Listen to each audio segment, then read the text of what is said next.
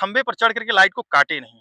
अगर काटे होते तो आज ये लाइट काटने नहीं आते और ये घटना नहीं होती। अच्छा, एक चीज़ और, एक बात और पूछेंगे, अगर ये घटना नहीं होती, तो क्या यहाँ के जो अधिकारी हैं, आज भी ये लाइट कट पाती? नहीं कटती, नहीं कटती, हो सकता है इससे बड़ी घटना होती। हुँ। आज एक आदमी के साथ हुआ, हो सकता है कि वहाँ दर्जनों आदमी, अगर आदमी किसान खेती कर रहा होता तो जितने खेत में रहते सब चपेट में आ क्या जाते। बिजली विभाग घटना की इंतजार करती है कि कोई घटना हो जाए उसके बाद बिजली विभाग की आँख खुले? देखिए, सबसे करप्ट और सबसे भ्रष्ट जो विभाग है वो बिजली विभाग है। हुँ। अभी आप देख लीजिए, अभी आदमी का जो है मीटर लगा देंगे, बिल बिल जो है ₹100 आना चाहिए तो आ रहा है जो है कहीं-कहीं किसी महीने में हाँ, 2000 तमाम ऐसे 4000। स्मार्ट मीटर आ गए हैं, उस डबल पैसा भी आ जाता है। यही समस्या है कि अगर आदमी अपनी आवाज़ उठा करके पावर हाउसों पे जाता है तो ये लोग वहाँ से खेद देते हैं। जी। और सबसे ज़्यादा यहाँ गुंडे रखे गए हैं बिजली विभाग में। अच्छा, गुंडे रखे गए हैं? लोकल गुंडे जो वो आपको बोलने नहीं देंगे। हुँ, आपके घर पे आपको दबिश देने लगेंगे। सबसे बड़ी समस्या ये है कि जो यहाँ लोकल लोगों को रख लिया गया है, हुँ, इनका मैं पिछली बार भी यही बोला कि आप इनका जो है कम से कम तहसील बदल करके इनको रखिए, हुँ। दूसरे तहसील में रखिए। बिल्कुल।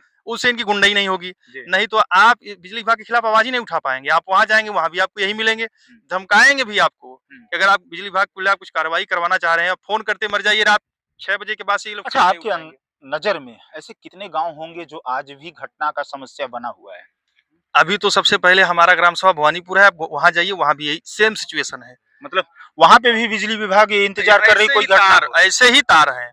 और सुरमादलापुर एक घटना भी कुछ दिन पूर्व में हुई थी, जी, सबको जानकारी होगी, वहाँ भी आदमी झुलस के सेम कंडीशन था। जी, वो तो तत्काल ही उसका डेथ हो गया था। जी। उसको मैं बोला, लेकिन अभी तक ये लोग ना वहाँ मौके पे गए, ना कोई कार्रवाई हुई उस पे। अच्छा, एक सवाल और करेंगे, जो मांडा जेई हैं, वो यहाँ घटनास्थल पे नहीं पहुँचते हैं। जिस तरह से हमारा भारतगंज जेई से बातचीत होती है तो कह रहे हैं छुट्टी पे हैं। तो क्या आपको क्या लगता है?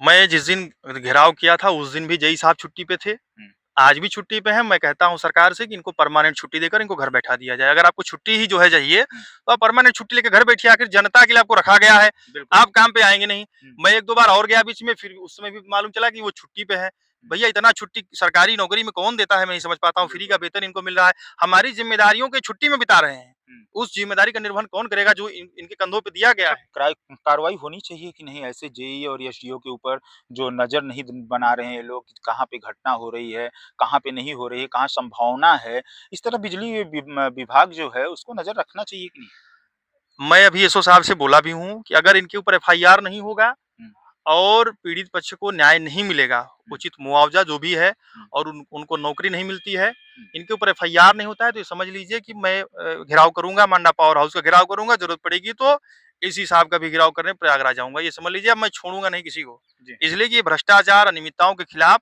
हम सबको जैसे लड़ते आए हैं वैसे आगे भी लड़ते रहेंगे। और ये भई, ये हमारे ही तो परिवार के जन हैं, जी, ये बिल्कुल, किसी और परिवार के जन थोड़ी हैं। बिल्कुल, वो भी इसी परिवार के जन से निकले हुए हैं। आप अगर हमारी समस्याओं को आज आप पद पा गए हैं तो आप भूल गए लोगों को। बिल्कुल। तो इसलिए ये लड़ाई जारी रहेगी, कार्रवाई होनी चाहिए। कार्रवाई होनी चाहिए, नहीं होगी तो लड़ाई जारी रहेगी। जी, हम लोग घेराव करेंगे, सड़कों पर उतरेंगे। जी। ये समझ लीजिए, ये चेतावनी है प्रशासन को कि अगर आ करके ये इस कार्रवाई में इन लोगों के खिलाफ कठोर कार्रवाई नहीं होती, एसडीओ मांडा, जेई, ये दोनों के ऊपर कार्रवाई हुई, दोनों जेल जाने चाहिए इन लोगों को। जी, किसी बिल्कुल। का आप जीवन ले रहे हैं। आप सोचिए, आप तो नौकरी पाए हुए हैं, एसी में बैठे हुए हैं, लेकिन जिस जलन से वो आदमी तड़प रहा है अभी, बताया जा रहा उसका है 1 शरीर साल तड़प रहा है। बताया जा रहा है 1 साल पहले उसकी शादी हुई हाँ, थी। बताइए। आज एक जीवन उसके नहीं, पत्नी के ऊपर क्या बीत रहा होगा? एक जीवन क्या वो नहीं, कभी 2 सोची थी कि हमारे पति 2 के साथ ऐसा कह रहा होगा? हूँ ना, वही कि एक जीवन नहीं 2 जीवन बर्बाद किए हैं। और उसका उस व्यक्ति के माता-पिता की जो अपेक्षाएँ रही होंगी, बताइए, सभी मिट्टी में मिल गई। माता-पिता का सेवा करना उनको था, लेकिन अब उल्टा वो करेंगे उनका। जी। ये स्थिति हो गई। अब वो भी वैसे भी पता नहीं अभी वो बचे कि ना बचे, अभी जो जो स्थिति है, माता